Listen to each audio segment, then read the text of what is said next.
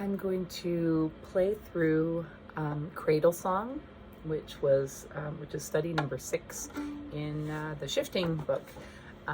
So I'm just gonna give it one run through first, just so you can hear the melody, and you can see all the places that shifts are happening, and then we'll break down some of the specific sections. So here it is.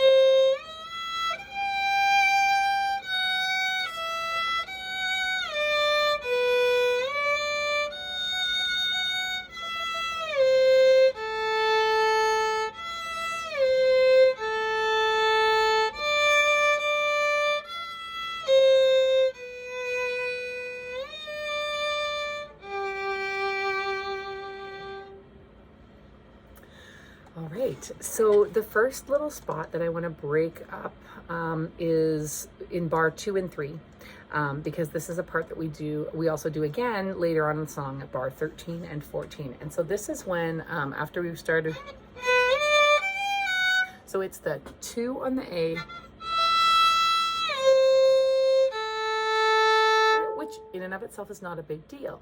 But while you're playing that A, you need to be sort of rebounding your hand, letting it jump back up, because you're going to it's going to copy itself right off the bat there. So you have an open string to shift during, but the challenge there is that you have no other frame of reference. You have come from that 2 and down, up, down, up, down, but you're not going to get any notes to test to make sure you're in the right place. You're going to go from open A to finding that E, hopefully. So it's probably worth, I mean, you can just practice your, that's good. That's a great thing to do. Another thing to try would be to play your,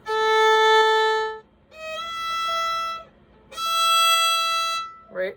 And I want to just show you too that I brought my hand right off the neck there. So, there's something about getting right away from the violin. It's almost like you're getting rid of any muscle memory or any, sort of anything you're holding on to that might be sort of helping your hand kind of remember that position. And you're forcing your hand to do this leap, right? So you're going to go from, right? So taking it right off.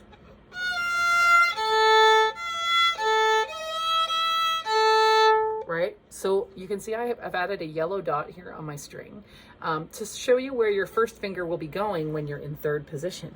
But of course, that's not necessarily going to help here because we're moving with our 2nd finger, right? We're having to do that shift with the 2nd finger and then slide it down.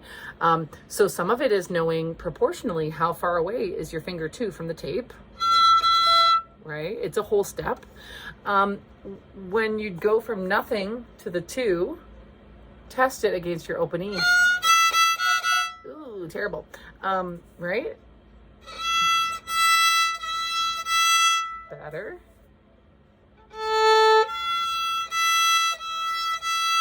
Right? And practice going back and forth a few times. You're giving your hand, and it may not necessarily feel like it in the beginning or for a while, but you're putting your hand on the spot. You're forcing it to just take a chance, make that leap, and your ear is the quality control. Your ear is testing to see, is that really an E? Yep, it's an E. Good, I'm in the right spot. And so that's some reinforcement right away that your finger's in the right spot. You take it off, and then your hand is going to be feeling for that distance again, whatever that distance of millimeters is between your thumb and your pointer. So that's a big one right there. I would take a look at bar 8 the very end of line 2. And so here's where we are in third position for that whole bar, but we are jumping across the string. So we start with the 1 on the D and we're going up to the 4 on the A. So a little tricky because you won't necessarily have any other fingers there to help you place that 4. So it's a bit of learning, okay, what is the distance between a 1 and a 4 when we're in third position? So you're going.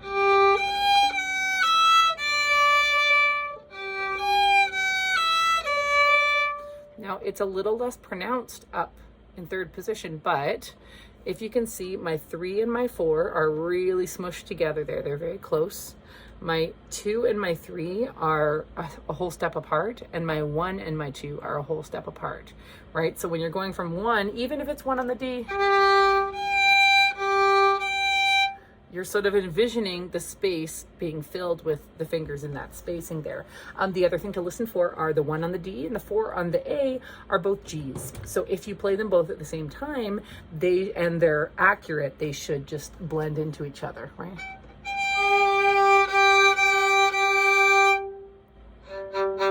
And you can always check with open G too. You can take a look at line 3, starting at bar 9, because bar 9 and 10 and bar 11 and 12 are related, because the first 2 do this sort of stepping and skipping pattern, and the next 2 do the same stepping and skipping pattern, but starting a step down. So first time we're doing 4, 3, 4, 4, 2, 2, 4, right? So you notice mostly even number fingers.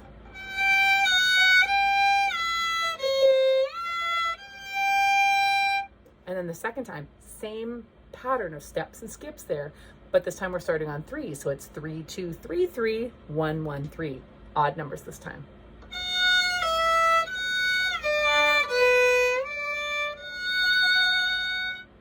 Okay. And for the most part, that's probably all there is to the big stuff to worry about, right? The key in this is practicing shifting on those individual fingers. And in particular, what you notice in this, and what we found up in the exercise of it, the very end of line 2, the tricky parts are often when you're shifting from one string to another. You're staying maybe in third position, but because our finger placement is a little less secure up there right now, it is, you're not as sure where to go, and so it's trickier to sort of know when you've got it, when you have to skip across the strings like that. But yeah, so see how that goes.